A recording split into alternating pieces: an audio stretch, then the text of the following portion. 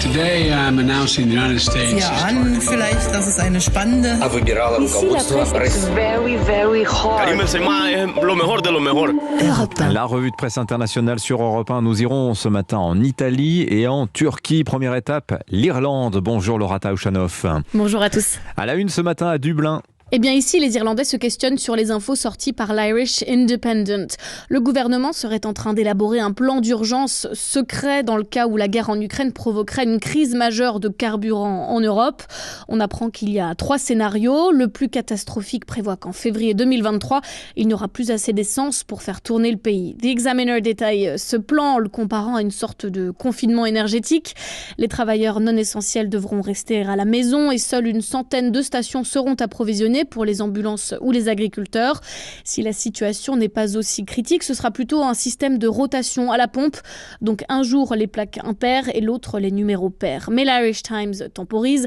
Surtout, ne commencez pas à stocker de l'essence dans vos garages. Ce plan d'urgence a peu de chances d'être activé. Merci Laura Taouchanoff.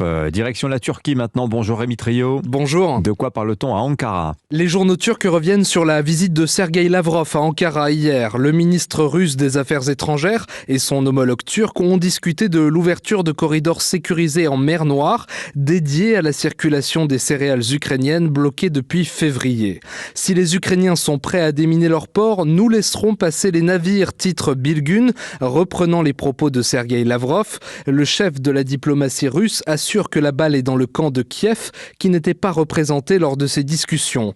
La seule réponse ukrainienne est donc venue d'un journaliste. Le quotidien économique Dunia rapporte l'incident. Un correspondant ukrainien s'est levé pour interpeller Sergueï Lavrov en lui demandant « À part les céréales, qu'avez-vous volé d'autre à l'Ukraine et à qui l'avez-vous vendu ?» Merci Rémi. Enfin en Italie, bonjour Antonino Gallofaro. Bonjour. À la une à Rome. C'est le salaire minimum qui fait débat ici. Il faut un pacte sur les salaires d'ici l'été, affirme le ministre du Travail dans les colonnes de La Repubblica. Andrea Orlando réagit suite à l'accord trouvé en Europe sur un cadre commun.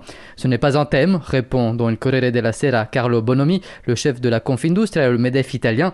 Nos contrats sont tous au-dessus de 9 € de l'heure, mais le patron des patrons se corrige dans il Fatto Quotidiano et accepte un salaire minimum pour les travailleurs les plus fragiles. Même constat de la part du ministre du Développement économique, Giancarlo Giorgetti, dans le journal économique Il Sole 24 Ore.